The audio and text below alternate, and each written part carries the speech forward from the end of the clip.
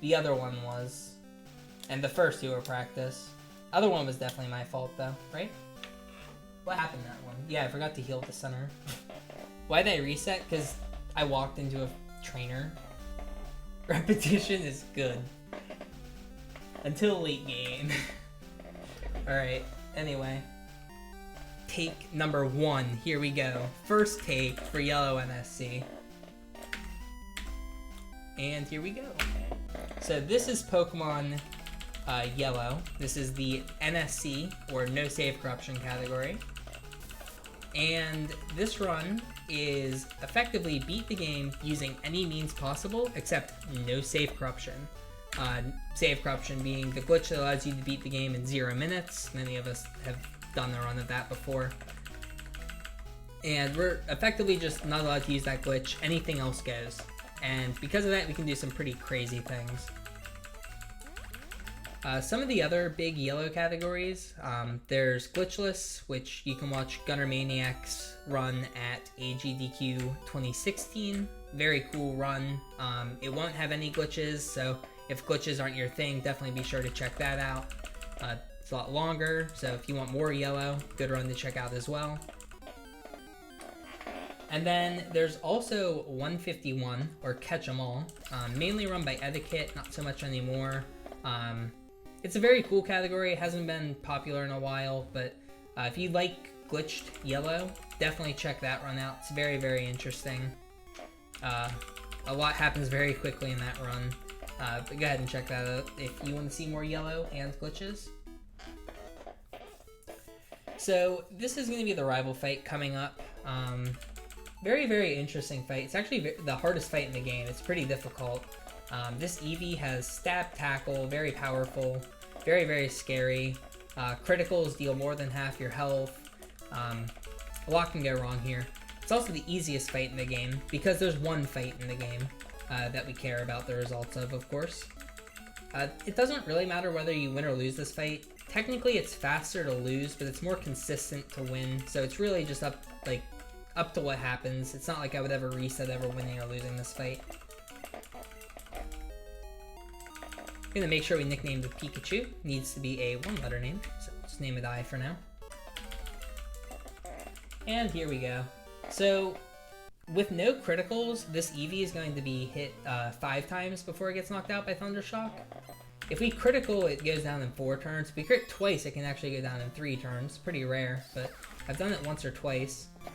If it double criticals me, I can actually faint from it, which is beautiful. Best case scenario.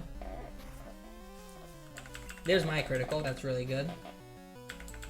And it did a good roll on me, so it could knock me out this turn, which would be very fast. Unfortunately it didn't, but it'll be a little bit more consistent because after defeating the Eevee, we'll hit level 6. Pretty useful.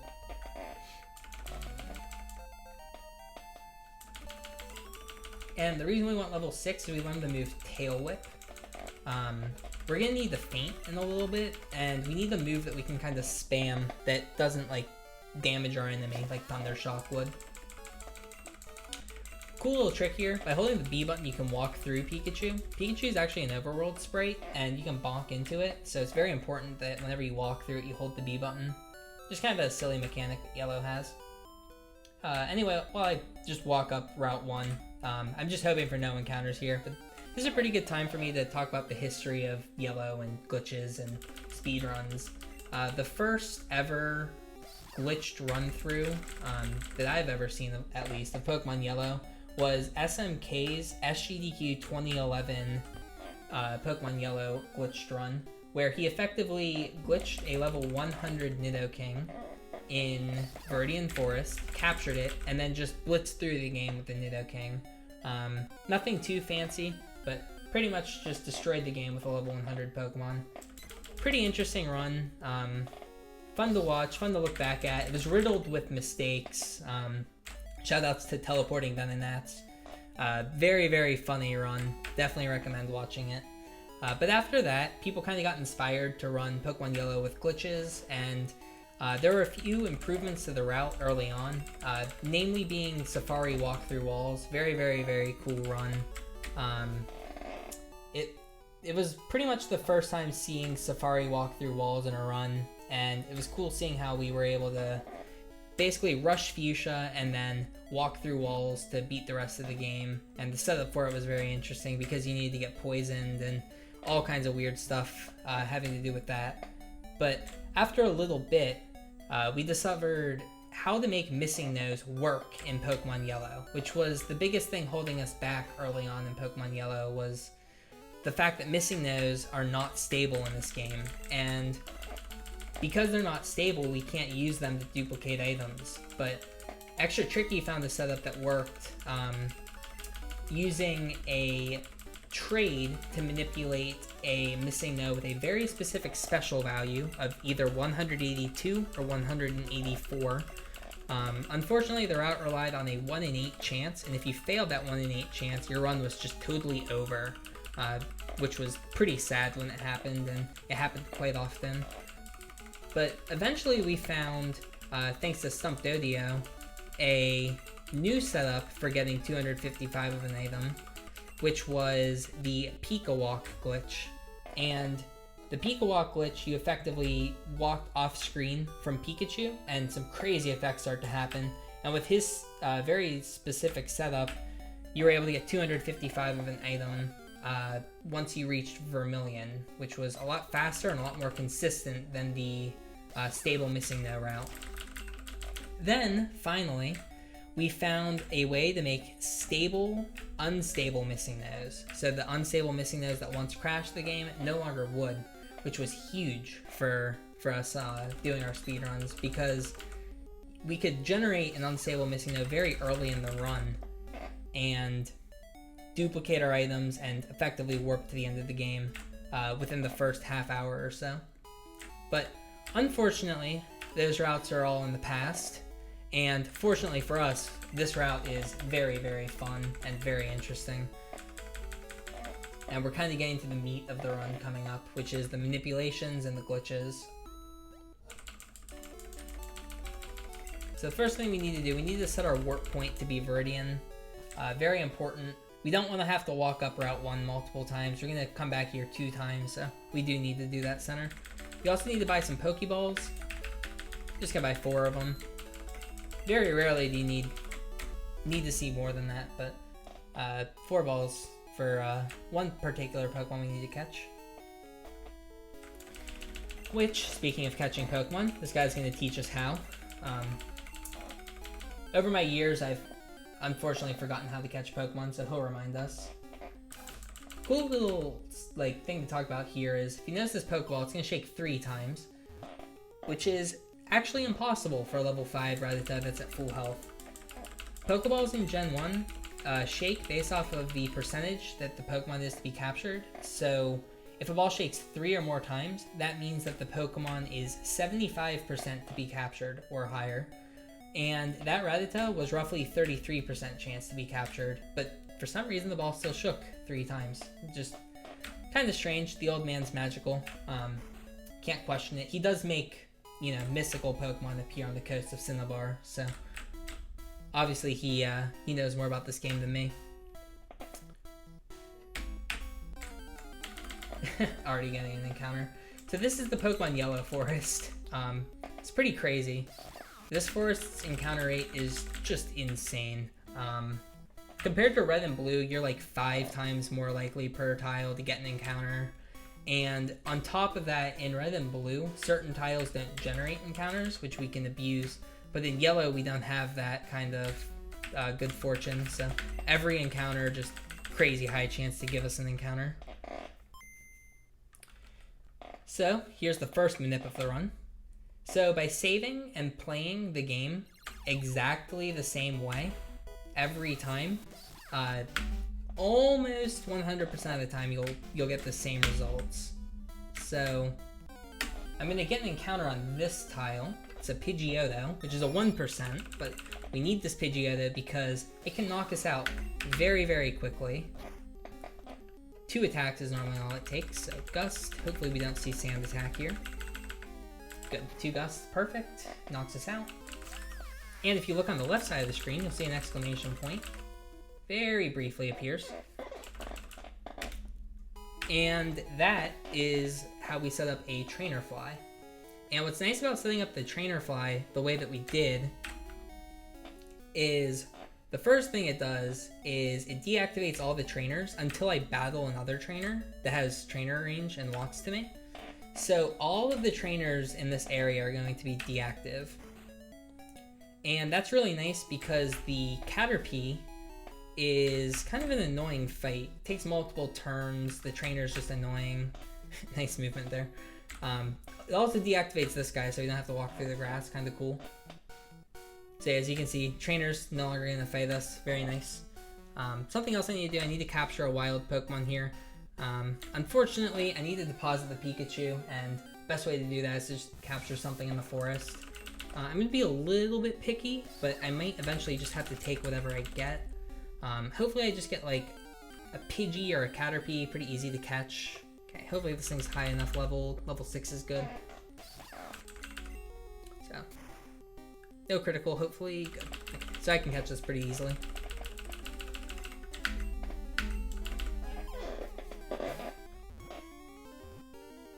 Just go ahead and snag a Pidgey here. And again, this is because I need to just deposit Pikachu eventually, and you know, best way to do that is just to catch something. Yeah, you can kind of see like Yellow Forest, you can just get destroyed by encounters here. And there's just nothing you can do about it. It's just Pokemon Yellow in a nutshell. Now the truly scary thing is there's a very, very small but very, very real chance that I see another Pidgeotto. Even though it is 1%, it can appear. It's terrifying when it does because you can fail to run from it, and if it wipes your team, you're just back in Viridian, which is just nasty. You do not want that happening.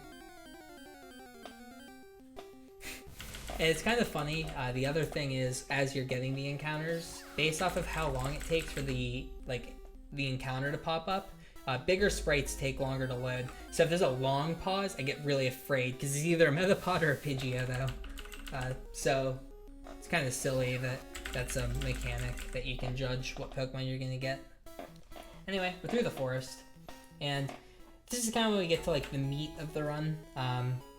Start to do some of the fun stuff here, and the first thing we're gonna do is Pika Walk, which I mentioned Stump Dodio's route from a long time ago. You may have seen this at my Glitch exhibition at EGDQ 2016. We actually incorporated it in this run, which is really cool. So we're gonna talk to this Jigglypuff. Pikachu's asleep now, and we're just gonna walk around for a bit.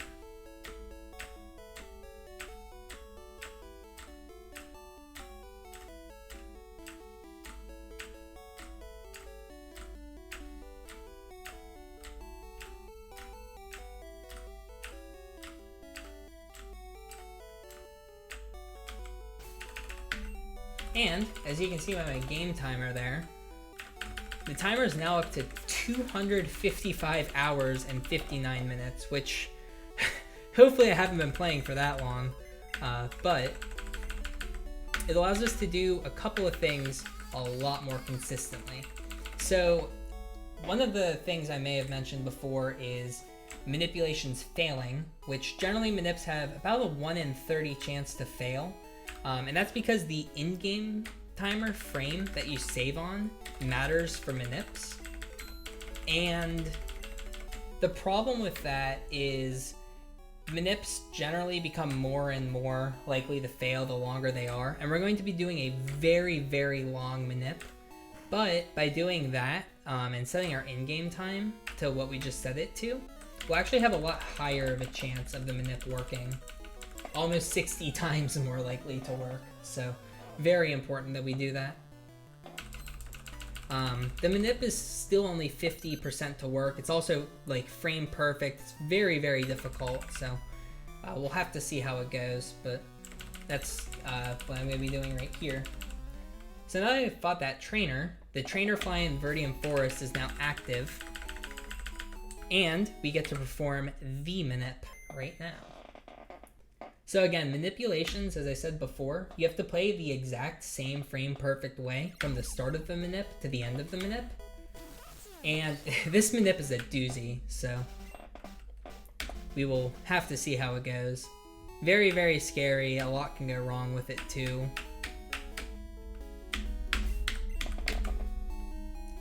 So that Pokedex flash is a little tricky. You have to frame perfectly buffer out of the Pokedex. And now is the fun part.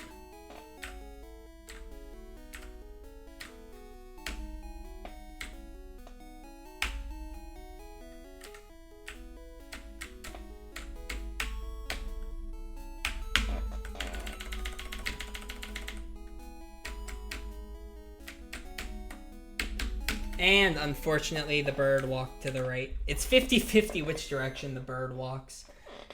Very unfortunate it walked to the right. I needed to walk to the left, and on top of that, on a very specific frame of it walking to the left, I need to walk off screen from it. So it's very, very particular, this Manip. It's just a 50-50 chance, so...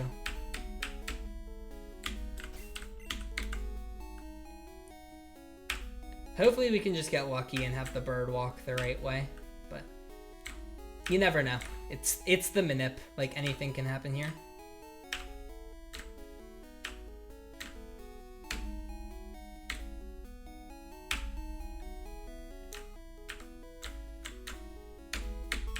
Oh my goodness. That's actually my mistake. I held left for too long. For some reason I thought I had to walk 2 tiles to the left there. Again, this is... It seems easy, but like, this is actually quite a difficult Manip. Very, very easy to mess up.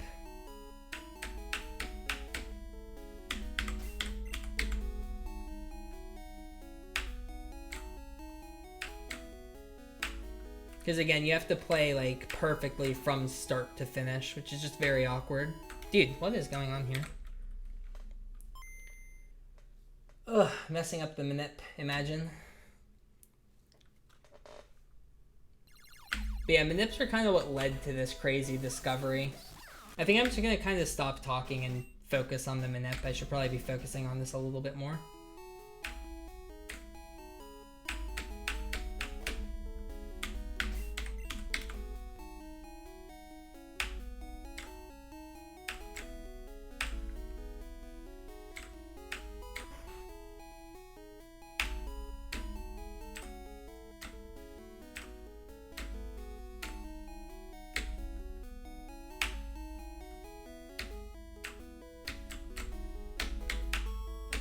There we go.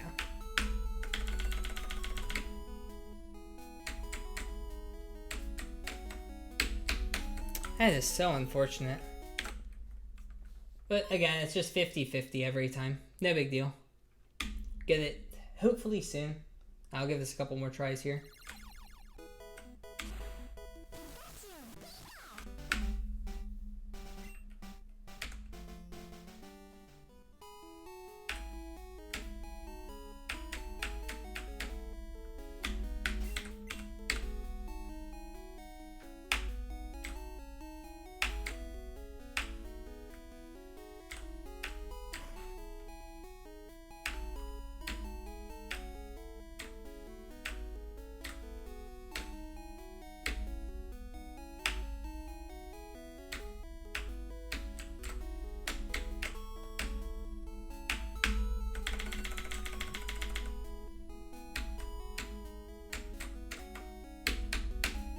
Alright, that was pretty close. Again, it's frame perfect when I have to walk off screen from the bird. Hopefully I got it there. The frame's a little bit hard to hit because, again, there's no video cue, there's no audio cue. It's kind of just like you have to feel it to get it there. But yeah, we did get the left bird, which is what you want. So here we go. Hopefully I just get the frame. Yes, I did get the frame. Perfect. Okay. So, now things are about to get crazy.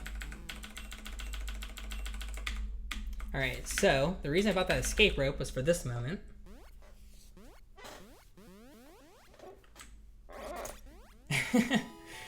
I'll explain everything in a moment, but things are about to get real here.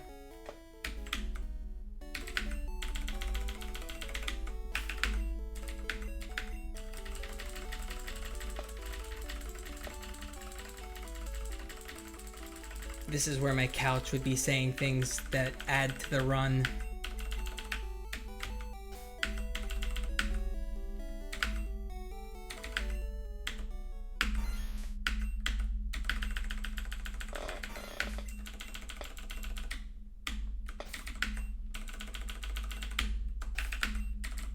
Oop.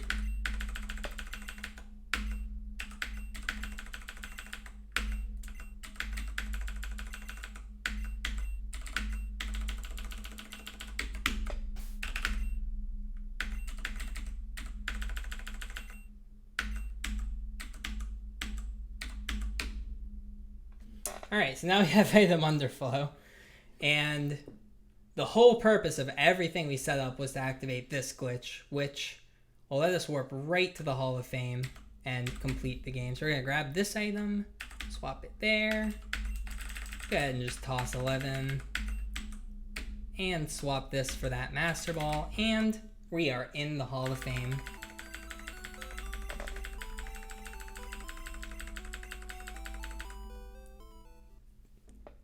This is where I would let one of the technical people explain how the manip works. Yeah, thanks for watching, guys. That was a lot of fun. Very, very fun run. Completing Pokemon Yellow in 255 hours and 59 minutes. We did it.